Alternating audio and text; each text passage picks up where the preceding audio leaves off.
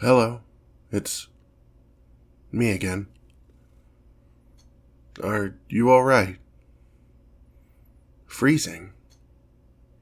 Yes, you do look particularly frozen. That won't do. Here, I brought this blanket for you. I thought you looked cold the last time I visited, so I hope it helps. There you go. Nice and cozy. Hold it tight, and you should start feeling better. How are you?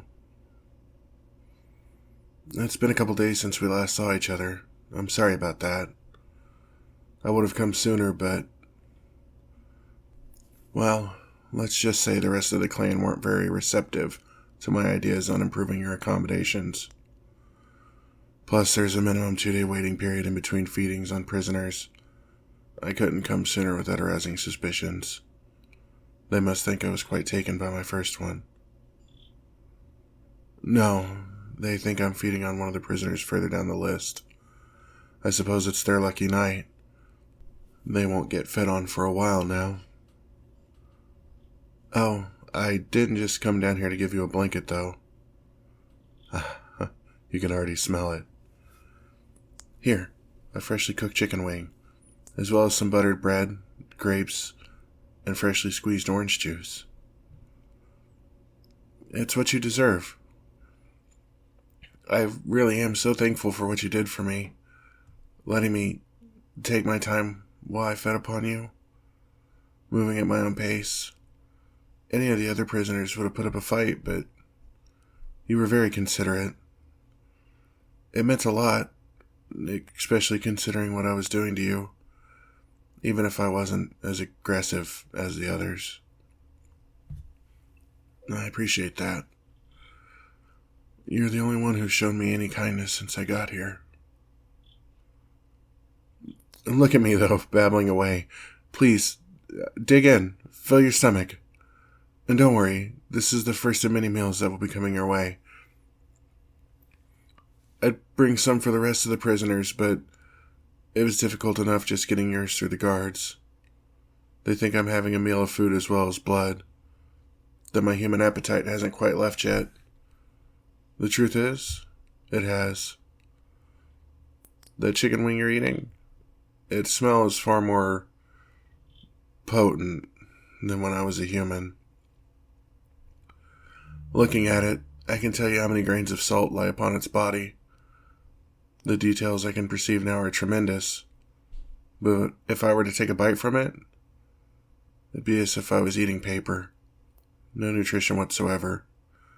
Just empty nothing my teeth are tearing through. I've seen the rest of the clan eating. They have food all over the place. Their main hall is filled with more than most villages get in a year, but I have no idea what they get out of it. Perhaps it's just for show? It lets them pretend? I'm not sure. Now please, stop speaking to me. You must be starving. How does it taste? Delicious? It looked lovely when I pocketed it. I chose the plumpest one for you. The crispiest piece. I'm so envious. Just imagining the texture of it in your mouth. The taste. Even the warmth of it in your hands. I can't feel that either. My skin's too tough. Too cold. Like stone. Don't stop, continue. How's the orange juice? Good. I used to love drinking it. That's why I brought it. My mother always left a glass out for me in the morning with breakfast. It always told me a new day was dawning. Blood. Blood tastes rather tangy when we drink it. It's more the refreshment that we crave than the taste itself. When I first woke up, the first thing I noticed was how dry my throat was, even before I opened my eyes. By the time I approached you, my whole body was like that. Like I'd been wandering in the sun for hours without a hat. I remember being so worried that was how I'd be for the rest of my life. Hot, humid, uncomfortable. When I grew agitated while we were speaking, I was terrified I'd never leave that frenzied, maddened state. But after I fed upon you, it was like I was normal again. I could catch my breath, pretend the air filling my lungs has some function, that I have some purpose other than misery. Feeding. It's perhaps one of the only things that lets them forget what they are, even if it's only for a moment. I can see why we crave it so much. You're done? Let me take that plate off of you. No, I don't have more. I'll bring you some later, though, like I said. In a couple days, if you'd like. The next time I can book a feeding. Is there anything in particular you're craving? Company. Yes, I have the same desire. I've been feeling very lonely wandering around the castle. There are plenty of people around. Plenty I share something in common with now. But I don't desire to speak with any of them. Considering the vast lives they've all lived, they're all rather... boring. They're all boring. It seems the only thing any of them ever talk about is either feeding, conquering, or politics. And I don't care for any of these topics, or even the ones discussing them. I don't think they care for me either. They can tell I don't want to be here. And I don't know any of them very well. But I'm beginning to think most of them were born vampires. They were never even human. Don't ask me how that works. I haven't the courage to ask. I see them looking at me as I pace the hallways, walk across the main hall, wander the castle grounds. It's like I'm some sort of creature to them. Something unknowable. Foreign. I'm just as monstrous to them as they are to me. The only one who dares approach me is Lydia, and I can't stand her. She's twisted. Evil. The Baron's wife, if I forgot to mention.